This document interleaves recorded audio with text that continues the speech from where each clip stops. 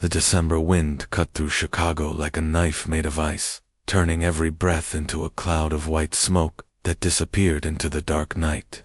The city streets were decorated with thousands of Christmas lights that blinked and sparkled, like stars that had fallen from the sky and got entangled in the trees and buildings.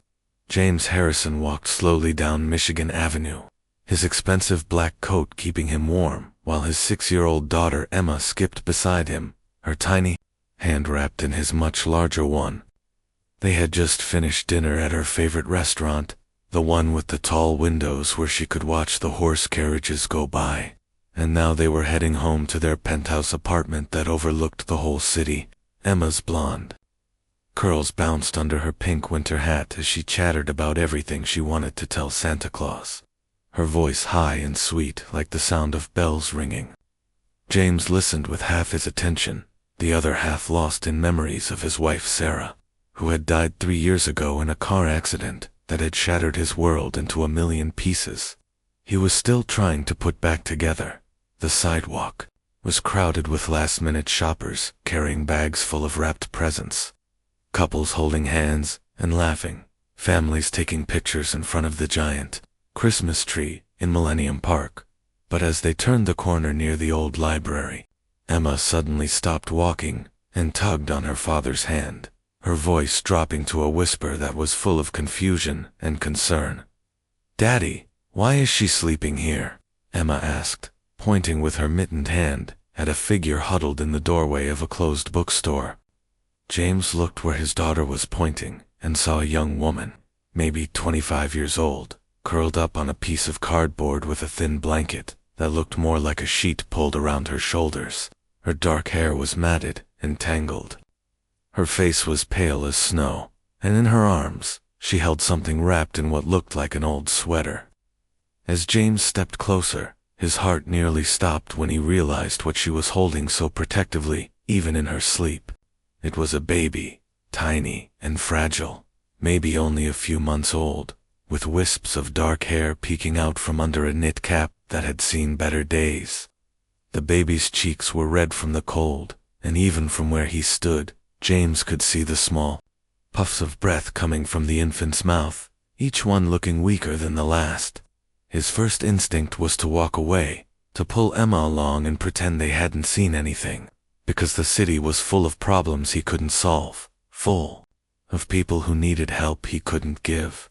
But Emma pulled her hand free and walked closer to the sleeping woman, her eyes wide with a mixture of fear and determination that reminded James so much of Sarah that it made his chest hurt. "Daddy, the baby is cold," Emma said, her voice stronger, now more insistent. "We have to help them. Mommy would help them." The mention of Sarah hit James like a physical blow, and he found himself kneeling down beside the sleeping woman without really deciding to do it, his hand reaching out to gently touch her shoulder.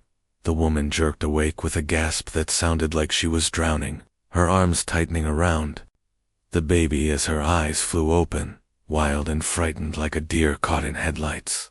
She pressed herself back against the door, trying to disappear into the shadows, her voice hoarse and broken when she spoke. "Please, I'm not causing trouble. I'll move. Just please don't call the police. They'll take my baby. Please." Her name was Sophia, though James wouldn't learn that until later, and she had been on the streets for 2 months after losing her job at a grocery store. When they found out she was pregnant and decided they didn't want to deal with an employee who might need time off, her boyfriend had disappeared the moment she told him about the baby, leaving her with an eviction notice and a positive pregnancy test that felt like both a blessing and a curse. She had tried to stay in shelters, but they were either full or dangerous, and she couldn't risk anything happening to her daughter, who she had named Hope, because even in the darkest moments, she needed something to believe in. James looked at the baby, at the blue tinge around her tiny lips, at the way her breathing seemed too shallow, too slow, and made a decision that would change all their lives forever. "You're coming with us," he said, his voice gentle but firm, the same tone he used when Emma was scared of thunderstorms. "Both of you. It's Christmas Eve, and no one should be out here in this cold, especially not a baby. Sophia's eyes filled with tears that she tried to blink away, her pride warring with her desperation as she looked between James and Emma, who had taken off her own pink scarf and was trying to wrap it around baby Hope. "I don't take charity," Sophia whispered, but even as she said it, Hope let out a weak cry that sounded more like a whimper, and Sophia's resolve crumbled like a sandcastle hit by a wave. "It's not charity," James said, standing up and offering her his hand. "It's just one person helping another. That's what people do, or at least, what they should do." The ride to James's apartment building was silent, except for Emma's soft humming of Christmas carols and Hope's occasional whimpers that Sophia tried to soothe with gentle rocks and whispered promises that everything would be okay, even though she didn't believe them herself. The doorman's eyes widened when he saw James helping a clearly homeless woman and baby into the private elevator, but James's sharp look kept him from saying anything. When the elevator doors opened on the top floor, Sophia's breath caught in her throat at the sight of James's home, with its high ceilings and walls of windows that showed the entire city spread out like a carpet of lights. There was a Christmas tree in the corner that had to be 12 feet tall, covered in ornaments that looked like they cost more than everything Sophia had ever owned in her entire life. Emma ran ahead, turning on lights and chattering about which room Sophia and Hope could stay in, while James guided Sophia to a guest bedroom that was bigger than any apartment she had ever lived in. That first night, Sophia barely slept, sitting in a chair beside the bed where Hope lay surrounded by pillows, afraid that if she closed her eyes, she would wake up back on the street, and this would all have been a dream too good to be true. She could hear James moving around in the kitchen, making bottles with formula he had sent his housekeeper to buy, heating them to the perfect temperature with a thermometer like he had done this before. When he brought her a tray with soup and bread and a cup of tea that smelled like cinnamon and comfort, she tried to refuse, but he just set it down on the nightstand and said, "You need to eat to take care of Hope. That's not charity, that's just common sense." The next morning, Christmas Day, Sophia woke to find Emma sitting on the floor beside the bed, drawing pictures with crayons spread out around her like a rainbow that had melted. "I'm drawing you and Hope and me and Daddy," Emma announced, holding up a picture that showed 4 stick figures standing in front of a house, all holding hands. "This is our family on Christmas." Sophia's throat tightened as she looked at the picture, at this little girl who had so easily included strangers in her idea of family, and she wondered what kind of person could raise a child to be so open and kind. James appeared in the doorway with a cup of coffee and a soft smile that made him look younger than his 40 years. Less like the successful businessman he was and more like just a father trying to do his best. "Emma, let's let Sophia and Hope rest," he said, but Emma shook her head stubbornly. "They need presents, Daddy. It's Christmas and they don't have any presents." The days after Christmas turned into weeks, and what was supposed to be a temporary arrangement began to feel like something else entirely. Sophia insisted on helping around the apartment, cooking meals that filled the penthouse with smells that reminded James of his childhood, of his mother's kitchen before she passed, of a warmth he hadn't felt in years. She was talented in ways that surprised him, able to fix Emma's broken toys with just some glue and patience, able to make Hope laugh with silly faces and songs, able to make the apartment feel less like a museum and more like a home. Emma attached herself to Sophia and Hope like they had always been there, reading stories to the baby even though Hope was too young to understand, helping with baths and feedings, proudly telling anyone who would listen that she was a big sister now. James found himself coming home earlier from work, eager to see what Sophia had cooked for dinner, to hear about Emma's day at school, to hold Hope while Sophia took a shower, or just sat and read one of the many books from his library. He learned that Sophia had been studying to be a nurse before her life fell apart, that she had grown up in foster care and aged out with nothing but determination and hope, that she loved to sing but only when she thought no one was listening. One evening, About a month after that Christmas Eve, James came home to find Sophia crying in the kitchen, a letter crumpled in her hand. It was from a nursing school, accepting her application for a scholarship program, but the classes started in 2 weeks and she had nowhere to live, no way to pay for childcare, no way to make it work. James took the letter from her, shaking hands, and read it carefully. His mind already working through solutions the way it did with business problems, except this felt more important than any deal he had ever made. "You'll stay here," he said, simply, like it was the most obvious thing in the world. "Emma's nanny can watch Hope during your classes, and the school is only 20 minutes away.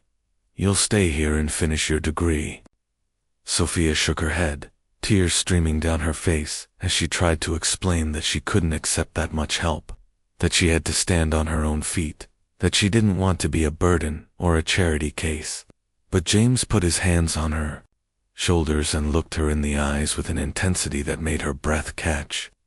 "You're not a charity case," he said firmly. "You're family.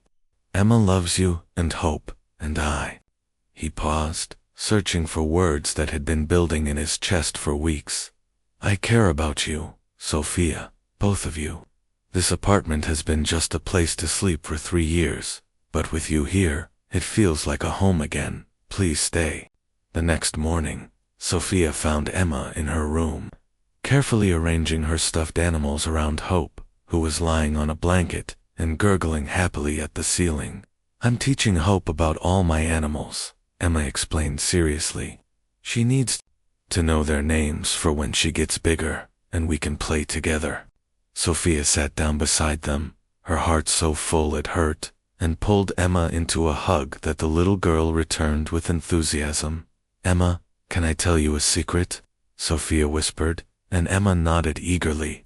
"I never had a family before, not a real one, but you and your daddy and Hope, you feel like the family I always dreamed about."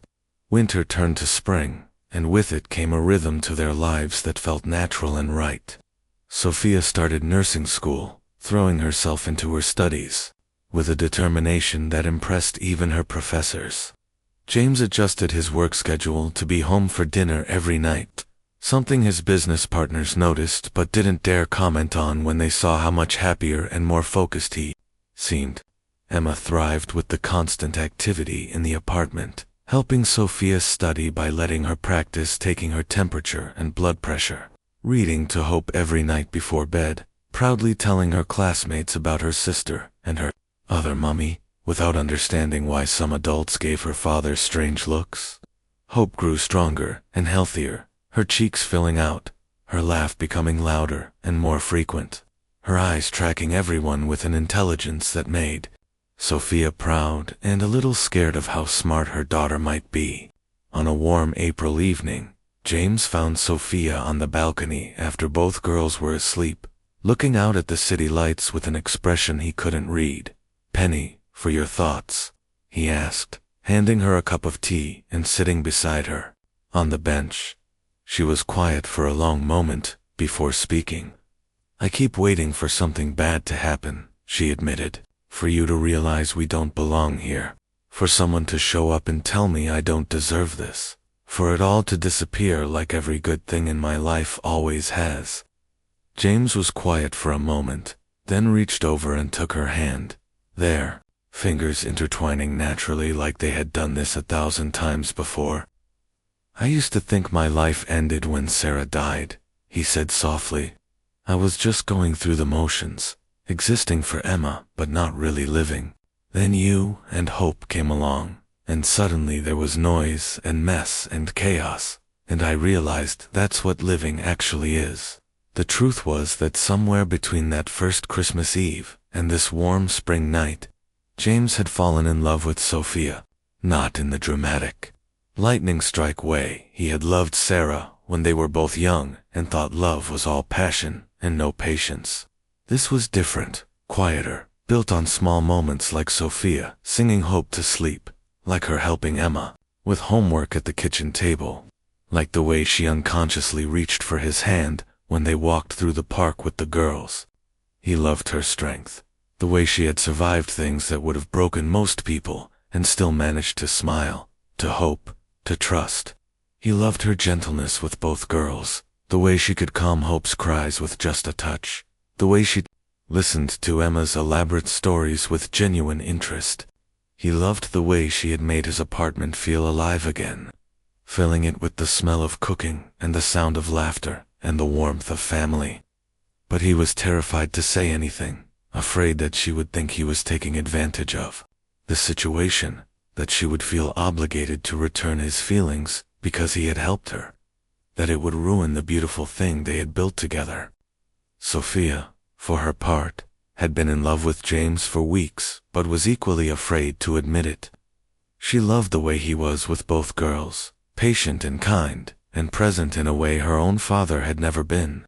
She loved how he treated her as an equal, asking her opinion on everything from Emma's education to his business decisions, valuing her input even though she had no degree yet, no money, nothing to offer but herself.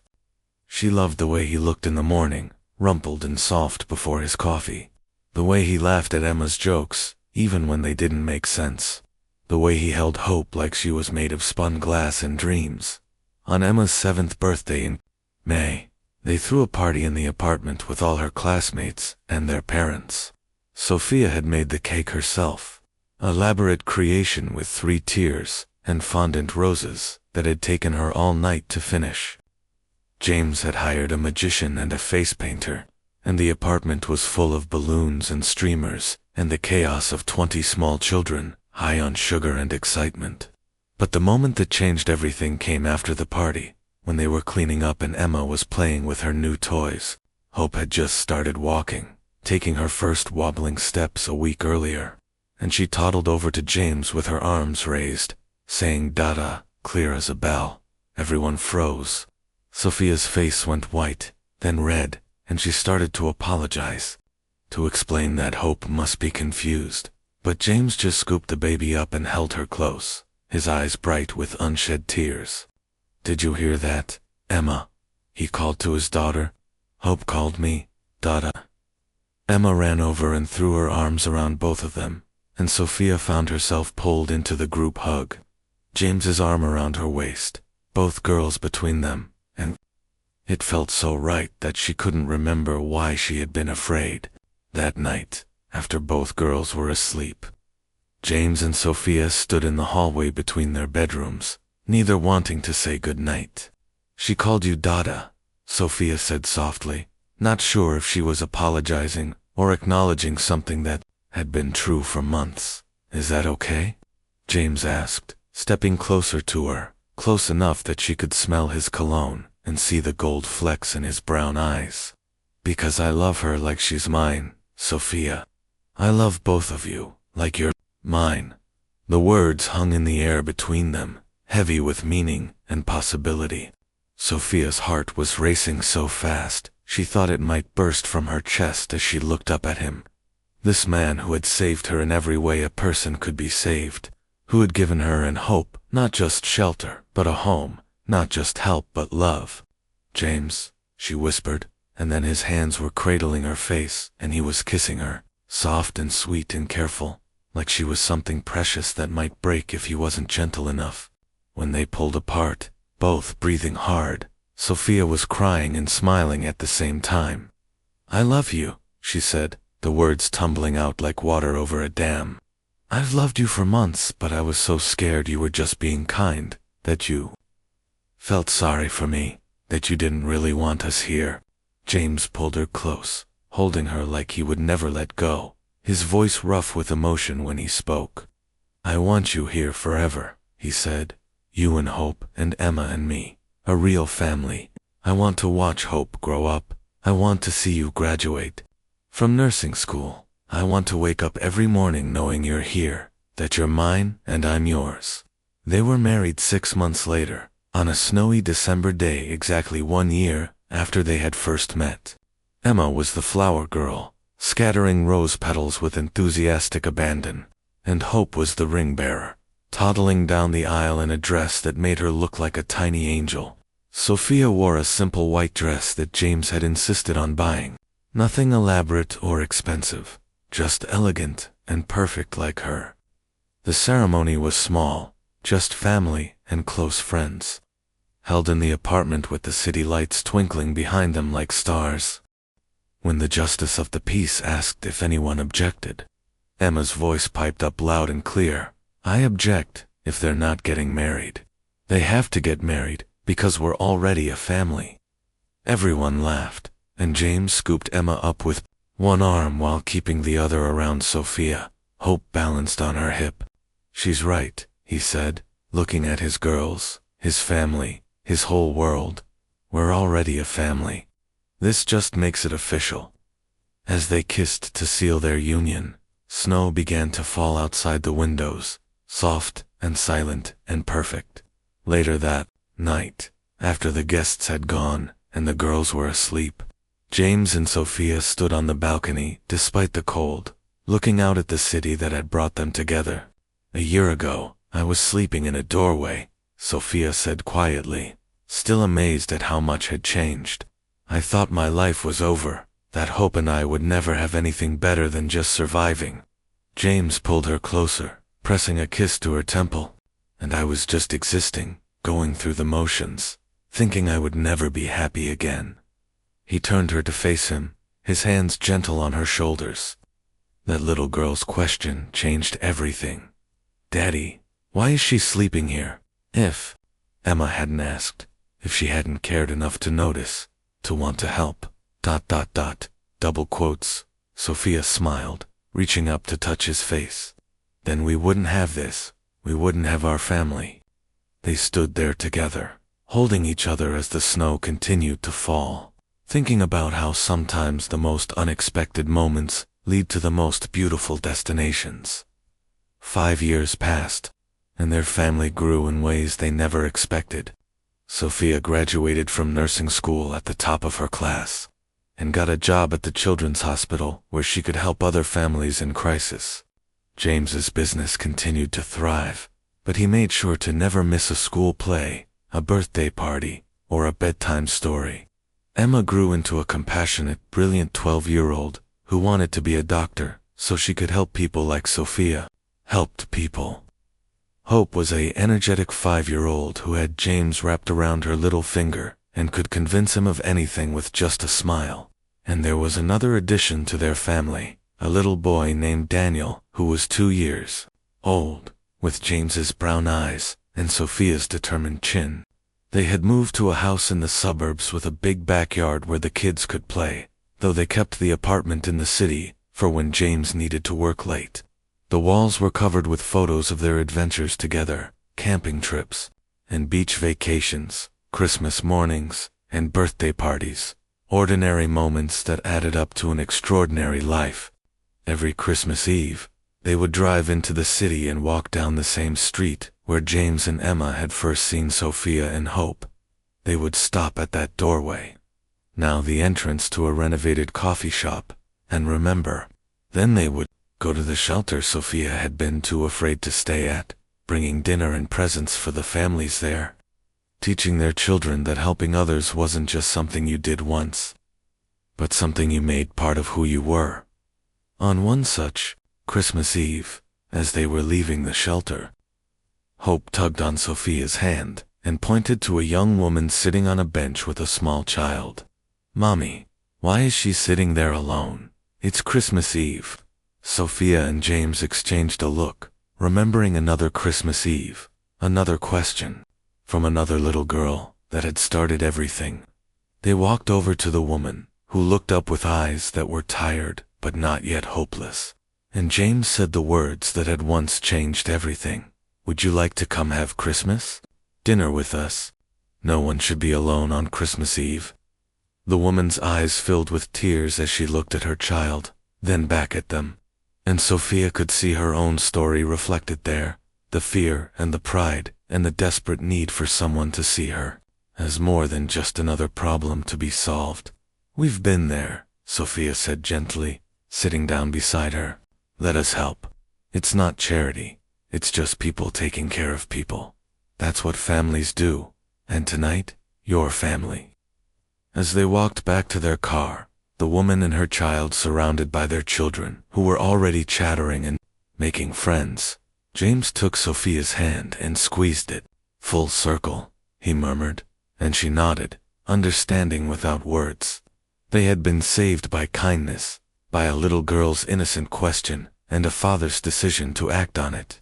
And now they could pass that salvation on to others, one family at a time, one Christmas Eve at a time, one act of love at a time.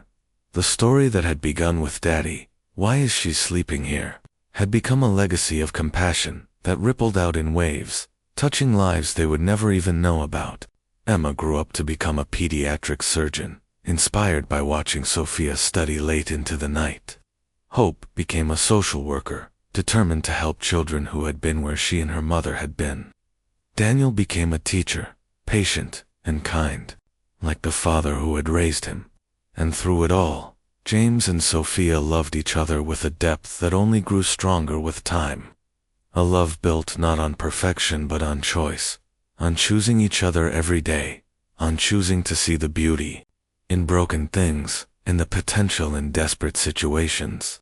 They had learned that families weren't just made by blood or law, but by decision, by the choice to stop when others would walk by, to see when others would look away, to ask "Why is she sleeping here?"